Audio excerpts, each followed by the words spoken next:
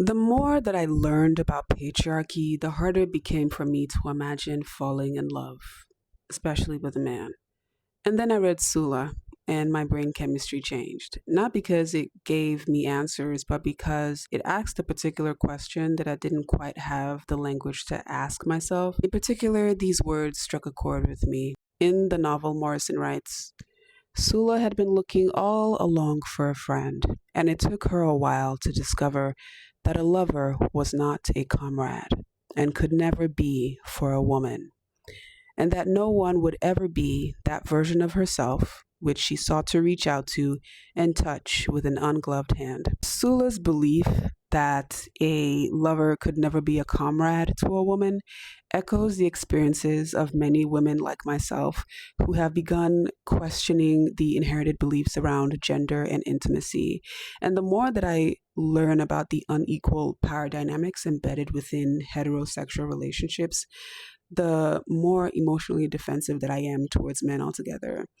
And social media only amplifies this impulse. Every single day, we are fed narratives that encourage vigilance over vulnerability. And this makes sense. Being socialized as a woman, especially as a woman of color in America, the systems that we are exposed to at an early age, like our families, train us to anticipate extraction. But the belief that all men are inherently extractive may say more about the environment that shaped us rather than human nature itself. Some conversations around decentering men can unintentionally leave women feeling ashamed of still desiring relationships with men. They often reinforce the idea that self love is paramount to desiring men at all.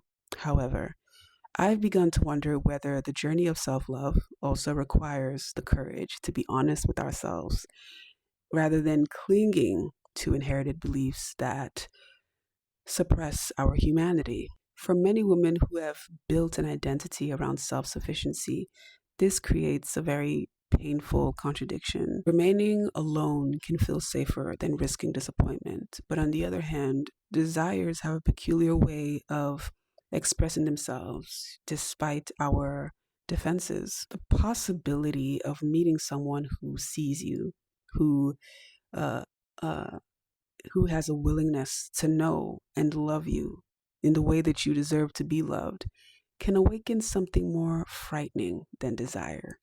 It can awaken dependence. For those of us who have survived convincing ourselves that we need no one, dependence can often disguise itself as possession. And that, I think, is the tragedy that Morrison explores through Sula. When it comes to intimacy, Sula lives according to the belief that all socially constructed relationships are inherently false. She imagines herself above attachment, only refusing to deepen any connection beyond the pleasures of the present moment. Her presence becomes a disruptive force in the town of Bottom simply because she's only loyal to experience, to curiosity, pleasure, personal freedom, even when that freedom costs her the most meaningful relationship she has, which is her friendship with Nell. Although Sula grieves the loss of Nell, she carries on living as though nothing essential has been taken from her. Yet, it leaves an emptiness that she cannot acknowledge. That absence creates an opening through which Ajax enters, a man who quietly dismantles the belief that a lover could never be a comrade. Ajax embodies a new possibility for Sula. He is the first man, as far as we know in the book, that Sula has been curious enough to engage with beyond a one night stand. Morrison calls him Sula's lover, but the word lover deserves closer attention. At its most essential, it says nothing about ownership. Rather, it simply names someone that we share an erotic and emotional intimacy with. The expectations that we attach to the word lover, exclusivity, permanence, possession, are all cultural additions rather than qualities that are inherent within the word itself. Ajax becomes the ideal lover for Sula not because he's conventionally romantic, but because he's curious about her. His curiosity comes from his admiration for his mother. And unlike every other man in Sula's life, Ajax seeks to know her rather than possess her. Their conversations become just as meaningful as their physical intimacy. Morrison writes, "He did not speak down to her, thinking that she was possibly brilliant like his mother. He seemed to expect brilliance from her, and she delivered. And in all of it, he listened more than he spoke." Reading The Will to Change by Bell Hooks helped me understand why Ajax felt so unusual. Hooks argues that patriarchy not only subordinates women, it emotionally impoverishes men. At a young age, boys are taught to suppress tenderness, vulnerability, and emotional honesty long before they become lovers or husbands. And the result is that most men enter relationships without the emotional capacities that genuine love requires. And suddenly, Morrison's line that a lover could never be a comrade to a woman felt less like an eternal truth and more of an indictment towards patriarchy itself. So, if Ajax represents a possibility of companionship for Sula, then why does Sula feel possessive over him? For the first time in her life, Sula experiences the joy of being genuinely seen. Their relationship begins as a continual mutual choice to enjoy each other's presence without demanding ownership. But gradually, that equilibrium shifts, and Sula begins having feelings of possession. But most importantly, Morrison never equates possession with love. Ajax's presence functions as a corrective emotional experience for Sula because he destabilizes an identity that she has carefully constructed for herself. She becomes possessive over Ajax not because he is extraordinary in any way, but because he, being fully seen, awakens feelings of dependency. And this is disruptive to an identity that's built around self sufficiency. Only after Ajax leaves does she begin to understand that the root of her possessiveness was not love itself, it was actually an estrangement from herself. So, what happened to Sula? From a Jungian perspective, her psychological transformation makes a lot of sense. Carl Jung argued that intense romantic attraction often starts out with projection. We often project parts of our psyche onto the other person, and suddenly they appear impossibly captivating, mysteriously familiar, and emotionally overwhelming. Jung described these experiences as numinous because they often feel more than just ordinary attraction. The thing is that projection is a normal part of our human experience, but the danger is when these projections just remain unconscious and we do nothing about them. The result is that we stop relating to the other person as an actual human being standing in front of us, and instead we fall in love with our own idealized versions of them. The result is that the relationship becomes governed by archetypal forces rather than curiosity itself, and possession becomes inevitable. Seen through this lens, Sula's relationship with Ajax becomes more than just romance.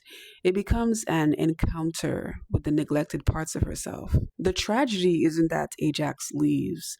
The tragedy is that when Sula finally encounters a psychologically healthy form of masculinity, she is not the kind of person capable of receiving that kind of love. Clarissa Pinkola Estés offers a way of understanding why Sula wasn't able to receive.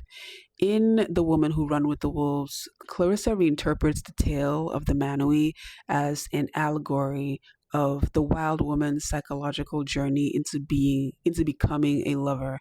And she argues that when a deeply creative woman encounters genuine love, that she must reconcile opposing aspects of her psyche in order to receive another person. Clarissa writes, All the symbols in the story of the Manui portray aspects of two powerful feminine forces within a single woman.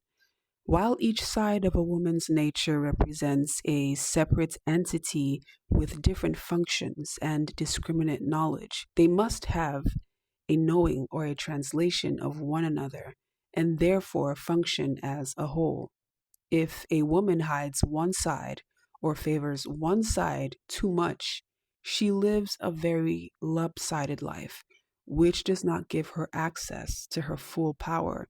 It is necessary to develop both sides. These two natures that Estes talks about represents opposing natures, opposing dimensions of the self. One aspect of the self is disciplined, cultivated, and is capable of sustained devotion, while the other side is sensual, untamed, whimsical. Even though a worthy lover possesses the curiosity to understand both sides, his curiosity alone is not enough. The woman herself must be curious about the neglected parts of herself. This framework illuminates Sula's tragedy. She never learns to invest in something long enough to cultivate it. Her life is lopsided at best.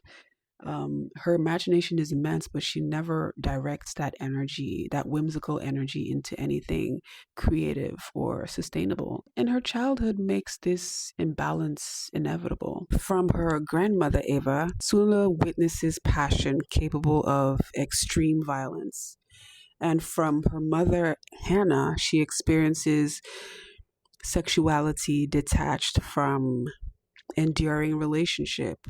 Both women raised her to understand the power of the wild, untamed parts of herself, but not its counterparts, the quieter, disciplined part of herself that is capable of nurturing intimacy over time. And what results is a lopsided way of life. This lopsidedness shapes her inner life and affects her relationships around her. Through Ajax, Sula is confronted with an existential choice. Keep projecting the undeveloped aspects of yourself, or integrate them and become your whole self. Because that is actually what Sula wants. Sula wants to author herself. She wants to create herself. She doesn't want to create anybody else.